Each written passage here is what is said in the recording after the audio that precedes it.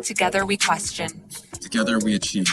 Together we create. Together we overcome. And together we inspire. Welcome to the Empower You podcast.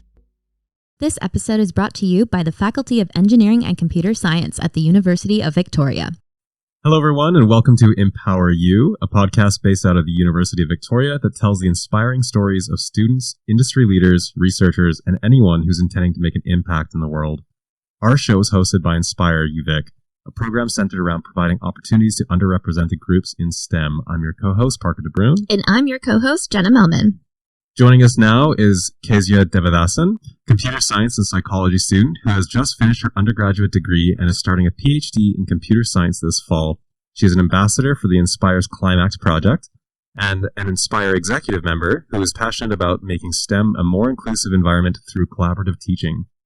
And joining us is also Jenna Wheeldon, the other Jenna in our program, who is an engineer in training who recently graduated electrical engineering at UVic. She is the ambassador for Inspire's Carbon Impact for Web Browsing project and an Inspire executive member. She is passionate about creating a safe space in STEM for students to grow and learn through technical projects. Thanks so much for joining us today, guys. How's everyone doing? Good. Thank you for having us today. Yeah, of course. So we're pretty curious about your guys' stories and what led you to be part of Inspire in the first place. Kezia, would you care to start? Sure. I basically started because initially I was interested in research, so I approached Dr. Daniela Damian, who is obviously the director of Inspire, and I told her, look, I'm interested in education, I'm interested in teaching, and she basically pitched this idea to me back in 2021 about the whole Inspire program, and I was immediately super on board. I used to direct the WECS group at UVic, which is Women in Engineering and Computer Science. So when she talked about that, it was basically checked all my boxes, which was, you know, diversity, equity in STEM, and also like the chance to teach. So that's how I got involved with Inspire. What about you, Jenna? So I've always been kind of orbiting around initiatives that involve getting more diversity and more inclusion and equity within engineering. And so during my undergrad, I was on the EDI committee or the faculty committee. And I also was a part of WECS as well and was their head outreach coordinator. And I was involved in a lot of stuff. And then through those, I got connected with Dr. Daniela Damian. And she pitched this whole Inspire back in 2021 to me as well. And I was like, oh, this is exactly what I'm doing already. And then I kind of just like slotted myself in and became a part of the team. And for our listeners, could you just define EDI briefly? That's yeah, in like what it means to me, or just in the sense of what it stands for. Both actually, just the acronym itself and like what it means to you. Exactly. Yeah. So the acronym stands for Equity, Diversity, and Inclusion. And to me, that stands for creating space for everyone to be able to voice their opinions and have their opinion heard, regardless in what context it is, regardless of what background they come from, and regardless of what education they have. So it's a space that's inclusive, supporting that diversity, as well as giving people that safe space. Making room for everyone's opinion, right? Yeah, exactly. That makes sense. Yeah, would you care to start off with the questions, Jenna? Oh, I would love to. But first of all, you both said that you were part of Women in Computer Science and Engineering. Did you work with each other before then? In the program? We were both in WECS at different times. So Jenna, I think, was part of it before COVID hit. And then I just kind of picked it up after the group died because of COVID. And I hosted it online for a long time. And then, we have some WECS members in Inspire now, so we don't do all that much in the summertime. So that's maybe awesome. In the fall we'll work together. That's awesome. So you were both part of that program and then kind of diverted, but you met here together. Yeah. Yeah, and you actually have the same role within the Inspire program, and that is you are both the ambassador program coordinators. Yes. Can you tell us what your role is within that? You're both looking at who goes first. So basically, Jenna and I are, like, the ambassadors are basically just kind of a senior student that's placed on each team to kind of guide this, student projects, help them overcome challenges and whatnot. But I think Jenna and I help the ambassadors help their teams. So we received some extra training in addition to whatever we did alongside the first cohort of ambassadors about what kind of expectations they have. And basically we meet with them somewhat regularly to kind of provide strategies. The ambassadors will tell us, hey, XYZ is happening in our team, we need some help. And Jenna and I do our best to kind of give them strategies so that the project moves forward. Yeah, I would say Kezia got that pretty covered as well. I do think our role extends beyond the ambassadors in as well by just association. So since we're supporting the ambassadors, we know what's going on at the teams, which kind of leads into what Nausheen and Ali do as the apprentice garage coordinators. So if we see something that could potentially become concerning, we kind of sit down and be like, okay, how's the best way to approach this situation or get the team back on track? And that's a pretty important part of Inspire itself, because of course there's going to be interpersonal challenges amongst team members, and that kind of stuff comes up all the time. I know you guys are often running reflections and collecting feedback that way, so you probably have a good scope of what's going on. Do you mind if I ask a little bit about the training that you receive as an ambassador? You mentioned it briefly. Yeah, so back in March, I think it was, our first cohort of ambassadors alongside Jenna and I, we basically did like a crash course in design thinking. So we did like an accelerated version of what the AG members are doing now, and we designed like basically like a prototyped EDI helpline, which is what we called it, where students could kind of have a safe, anonymous space to share their experiences around UVic. And so the ambassadors, we had 2 teams, and we were kind of working together, but also kind of competing with each other. It was kind of fun.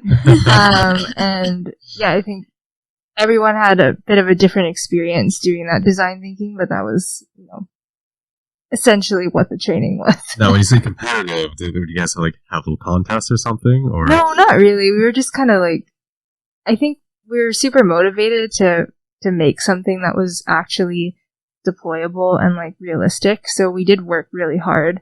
There was no actually like, oh, I have to do better than that person's team or anything like that. But it was just like, yeah, we were definitely asking each other questions, kind of like poking holes in each other's theories. But it was all, it was good research. So that's what you have to do. Yeah. And I was a part of that as well. And like Kezia said, there's definitely some competition, but it was friendly competition. And we utilized each other's resources, and we actually just helped each other to arrive at 2 different but really good like MVPs at the end. Yeah, so it was really intense, but it was very fun. Yeah, and well, as someone who's on one of the Inspire teams, I know that the whole agile process has been quite the crash course. So like, how much of a time frame did you guys have to go through all of that? Less than you guys. We did not have 4 months. We had like 4 weeks. Oh my god. 4 to 6 weeks. Yeah. 5 weeks. It was intense. It was a lot of stuff all at once, and we all did it on Saturdays. Yeah. Oh wow. So it was 8 hours on Saturdays, which was a lot. But I will say it was a very fun Saturday. Like every week I looked forward to it.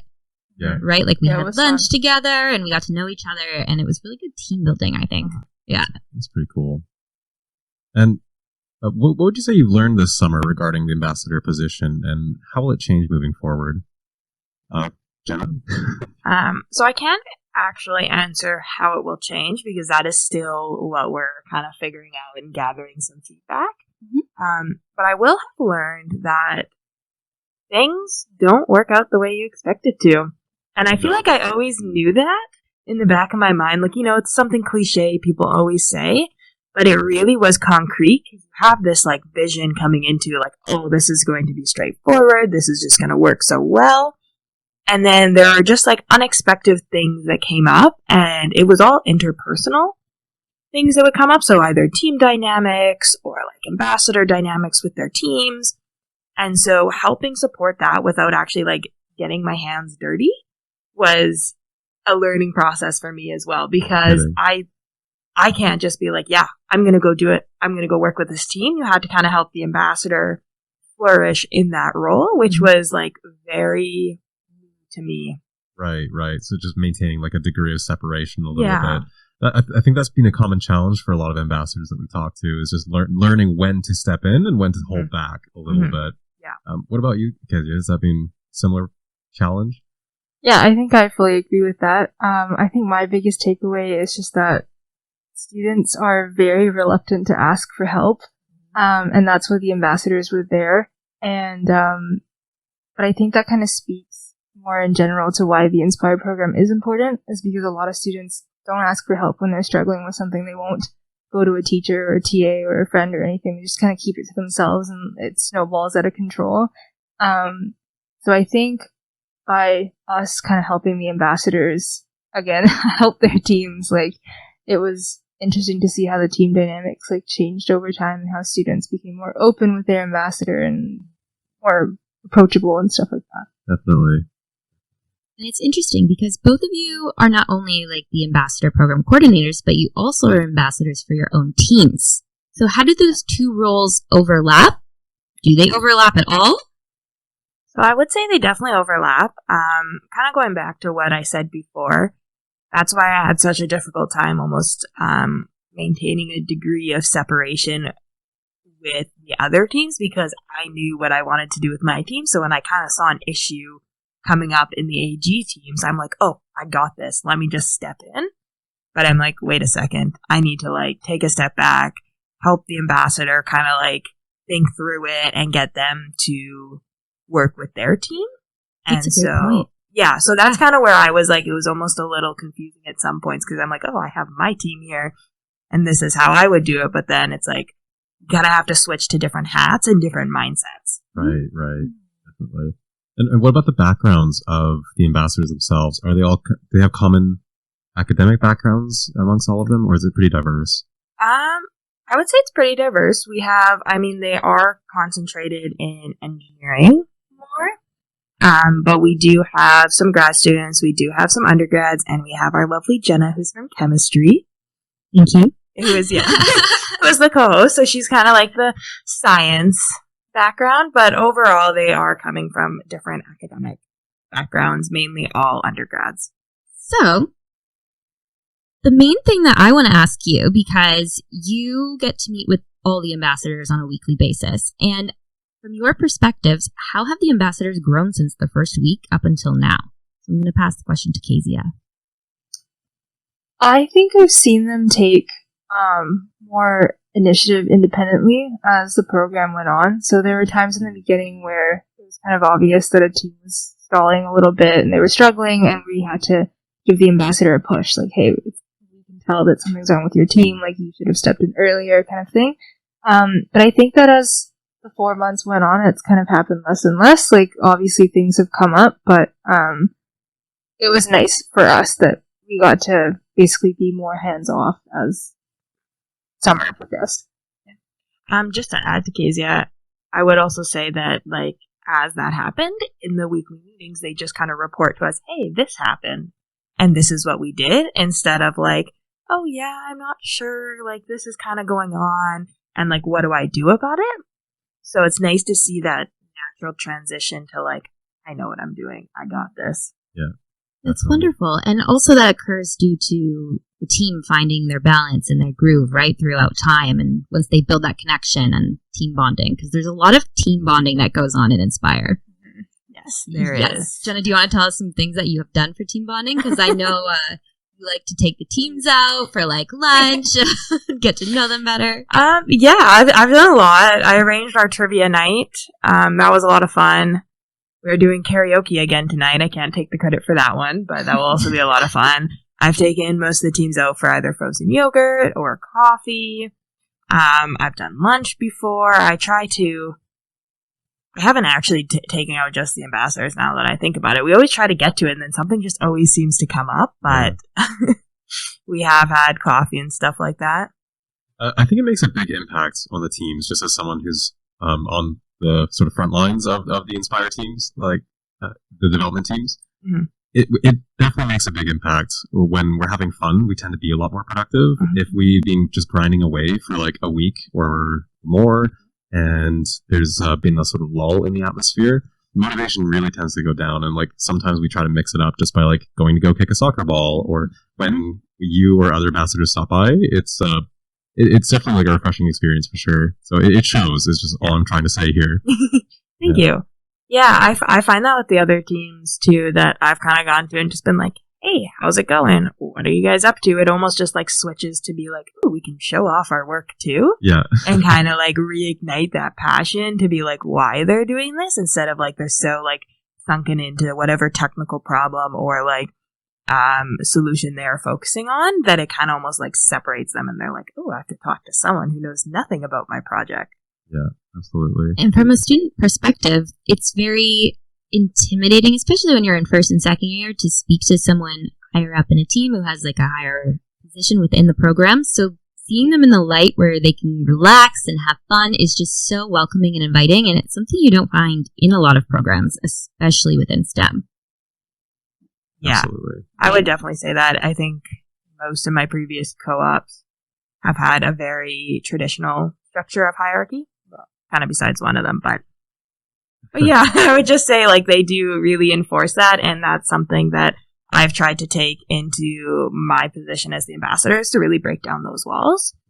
Because the best supervisors I've had, I felt comfortable to be able to come to them, and I think that's all about making people feel included and having that safe space. Is like, even though you're my boss, I am trusting when I need something, and I can come to you, and that talks to what Kezia was talking about the students don't know when to ask for help. So making that space available for them to even if they're just thinking about asking for help is a start. Absolutely. Yeah, I'd say you guys are all pretty approachable as far as like our perspectives go. It's a nice contrast to maybe some experiences we've had in classes or courses at UVic. You know, you always have like, you know, good profs and bad profs, and like some of them that are a little bit standoffish. It really impacts your learning and your experience going forward. So it's nice to know that like that's not the case in the program here. Jenna, do you mind if I ask briefly, compared to where you first started your journey to becoming an Inspire member to now, what do you wish you could go back and do a little bit differently? What advice would you give to yourself? The advice that I give to myself is to slow down and take a breath. Because I find a lot in my younger years of university, I was so ready to just plow through the program to get my engineering degree, and then I would figure my life out.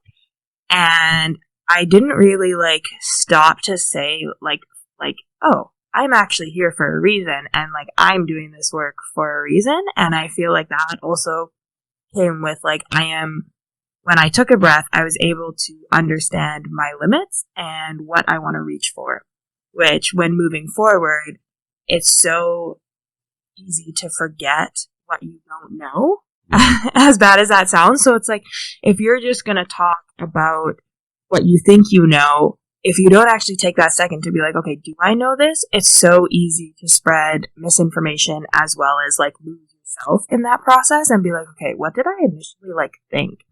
Right. And so just having that critical thought to almost like auto-reflect, I found was huge. And that really came when I just like took a step back and like didn't allow my emotions in the moment to like invade everything else. I think that's incredible advice. Absolutely. Thanks for sharing that.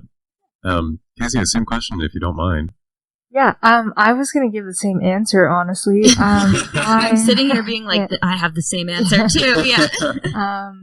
I also think there's a huge value in just taking a step back and not even just like reflecting on what you've learned, but just enjoying the process. Like the Inspire program is exactly what I kind of wanted to be doing in terms of research and like work-wise, I guess. So, it went by super fast, and I don't think I actually took enough time to enjoy what I was doing. I was thinking about it this morning. I submitted the last assignment of my undergrad this morning, and I was like, wow, like I don't even remember like what I enjoyed about this, because I just went through it in 5 years and I didn't take a break to actually enjoy any part of that process. So I think guess Jenna and I have some learning to do in that department. That sounds bittersweet. Like, I want to say congratulations, but I do see what you mean. Thank you. Right. Yeah. Okay, I want to ask the question. So, Jenna and Kezia, I want to know if you were looking at each other throughout this whole process, what have you realized the other has gained in terms of a skill set or personal skills, technical skills, or how they've just grown as a person? Okay. I think that Jenna has always been like just one of those people that's naturally super approachable, and she's very open to other people's emotions, super easy to talk to.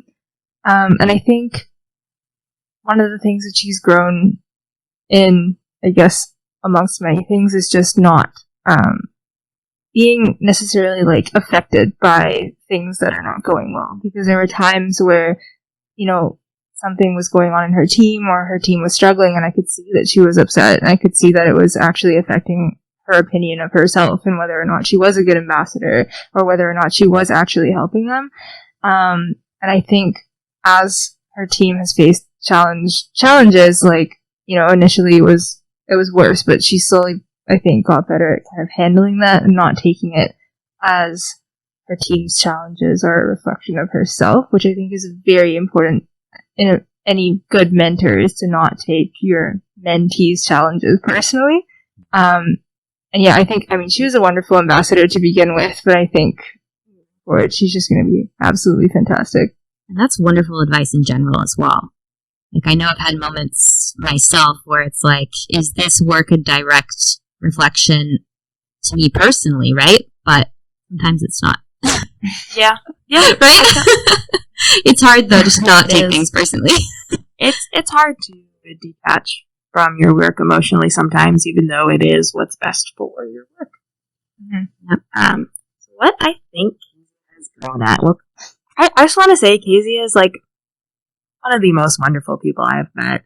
Like, she always, like, this is more of just, like, what I think of Kezia. This isn't really going on to what she's grown into, and I'll get to that in a moment. I'll get to that in a moment. I just want to say, like, she's always been so, like, stable, I want to say. Like, every time I've gone to her for advice or gone to her for help or, like, hey, I'm dealing with this problem, she's just so, like, easy to be there and be like, okay, let's work this out. What do we have? What's going on? And it's just, like, sometimes it is easy to get, as she was saying, like, I got one of my teams had a bit of, like, a mishap, and I took that personally. I'm like, what am I doing as an ambassador? And Kezia was there to be like, no, it's not you. It's just sometimes these things happen, and you need to work through it. And I would say it's just been, like, a lifesaver having that, to be able to be like, okay, I need to, like, almost take a step back from my emotions. And I think that is something that I have learned from Kezia, too, a lot, is, like, being able to have that balance, to being like, okay, when do I need to be emotionally involved, and when is it time to take a step back and let the work speak for itself? And that is, like, not really answering the question you asked, but that's what I learned. I was just getting lost in that, though. I was like, this is so lovely, because I also feel everything that you just said. I couldn't not put it into words that well, but I felt everything you said, because that's exactly how Kezia is when she presents herself. So, well said. And I will say, I watched Kezia grow as well, and I think she's grown into an amazing person, as well as just, like, I've seen her balance so many things, and watching her get, like, just handle it with such poise. Like, she goes through it, she's been doing undergrad classes, her last 4 this semester, on top of the ambassador coordinator, on top of being the ambassador for ClimAct, which is so many things, and she hasn't once lost her footing. Like, she has been so strong throughout it all, and being able to handle, like, whatever is coming her way. And it's just amazing to watch. Like, it sounds kind of bad, but almost like a hard shell. She's like, okay, I want to take that back. Not a hard shell. Sorry, I'm trying to figure out the words I want to describe it as. It's like not a hard shell, but she's been able, almost like a trampoline.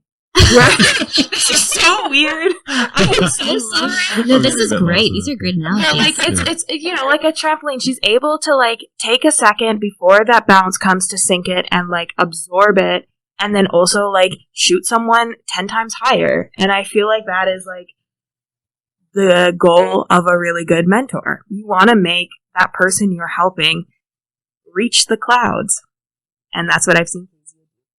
I will say I don't think any of that would have been at all possible if I did not have Jenna in my life. So Jenna is like 80% of that success.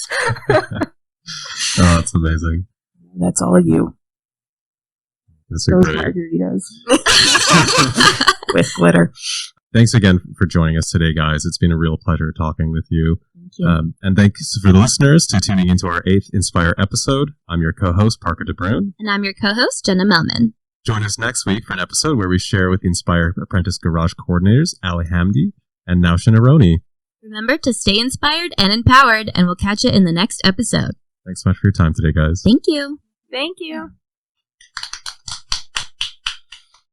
I'm Parker DeBrune. I'm your co-host, Jenna Melman. Thanks so much for tuning in today. Until next time, stay inspired.